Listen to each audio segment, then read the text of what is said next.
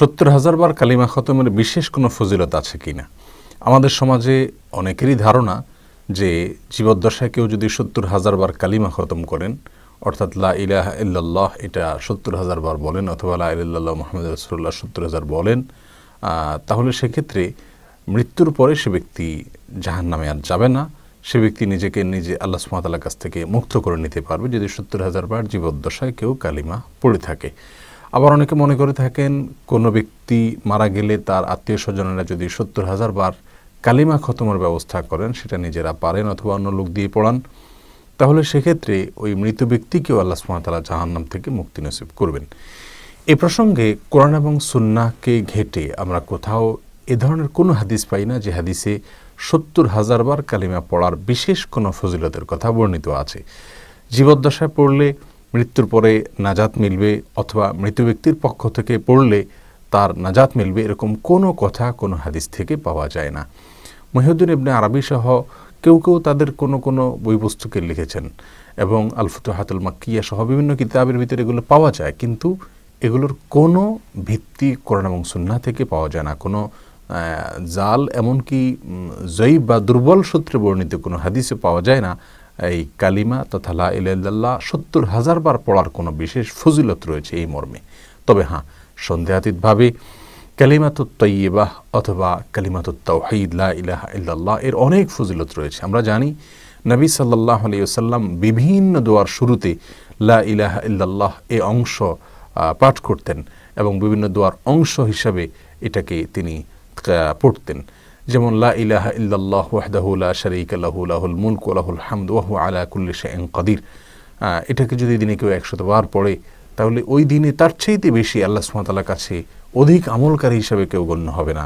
আরও অনেক ফজিলতের কথা রয়েছে বিভিন্ন দোয়ার ক্ষেত্রে, যে দোয়াগুলোর শুরুতে লা ইলাহা ইল্লাল্লাহ রয়েছে।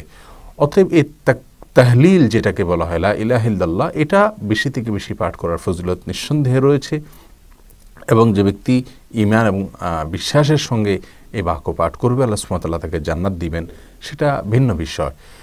কিন্তু ৭০,০০০ বারের সংখ্যা নির্ধারণ করে এই সংখ্যা পাঠ করলে জীবিত ব্যক্তির মুক্তি হয়ে যাবে মৃত্যুর পরে, অথবা মৃত ব্যক্তির পক্ষ থেকে পড়ে দিলে তার কোনো লাভ হয়ে যাবে, নাজাত হয়ে যাবে, এরকম কোনো কথা নাই।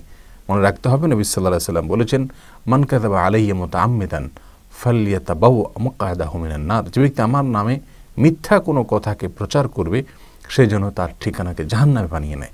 নবী সাল্লাল্লাহু আলাইহি ওয়াসাল্লাম যেটি বলেননি, সেটিকে আমরা যদি বিশেষ কোনো সওয়াবের কারণ হিসাবে নির্ধারণ করে নিই, তাহলে সেটি কিন্তু বেদাত হিসাবে গণ্য হবে। বিধায় আমাদের জীবিত কারোর পক্ষ থেকে অথবা মৃত ব্যক্তির পক্ষ থেকে ৭০,০০০ কালিমার খতমের যে কালচার বা রেওয়াজ আমাদের দেশে এখনও প্রচলিত আছে, সেটা ভুল।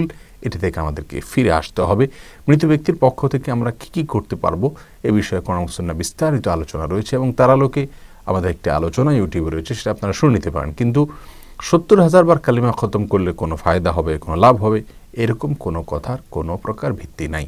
আর তাছাড়া মৃত্যুর পরে ৭০,০০০ বার কালিমা খতম অনেক সময় দেখা যায় আত্মীয় স্বজনরা নিজেরা করতে না পারলে টাকা পয়সা দিয়ে ভাড়া রেখে মৌলভী সাহেবদেরকে দিয়ে বা কোনো হুজুরকে দিয়ে এটা করানো হয়।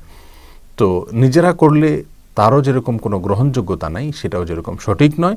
আর যদি কোনো লোকজনকে ভাড়া করে টাকা পয়সা দিয়ে তাদেরকে দিয়ে পড়ায়, তাহলে তো এটা সঠিক হওয়ার কোনো প্রশ্নই ওঠে না। কারণ সেক্ষেত্রে ভাড়াটে লোক দিয়ে কোনো আমল বা সওয়াব করানোর, এ জাতীয় জিকির আজকার তেলাওয়াত ইত্যাদি, এগুলোকে ভাড়াটে লোক দিয়ে করানোর কোনো সুযোগ ইসলামী শরীয়তে নাই, অন্তত মৃত ব্যক্তিকে কেন্দ্র করে এবং আল্লাহ সুবহানাহু ওয়া তাআলার কাছ থেকে সওয়াব প্রাপ্তির আশায়। আল্লাহ সুবহানাহু ওয়া তাআলা আমাদের সকলকে এই ভুলটুকুকে সংশোধন করার তৌফিক দান করুন। ৭০,০০০ বার কালিমা পাঠের বিশেষ কোনো ফজিলত জীবিত অথবা মৃত ব্যক্তির জন্য নাই। তবে হ্যাঁ, কালিমাতুত তাওহীদকে নিজের ভিতরে ধারণ করা, সে বিশ্বাসকে মজবুত করা, সুদৃঢ় করা, বিভিন্ন দোয়ার অংশ হিসাবে কালিমাতুত তাইয়্যিবাকে পাঠ করা, ১০ বার, ১০০ বার, বিভিন্ন সংখ্যা হাদিসে রয়েছে, সেগুলো নিঃসন্দেহে ফজিলত রাখে, যেমনটি হাদিসে বর্ণিত হয়েছে। ৭০,০০০ বার বা এই জাতীয় কোনো কিছুর কথা হাদিসে বর্ণিত হয়নি। আল্লাহ তাআলা আমাদেরকে বোঝার তৌফিক দান করুন।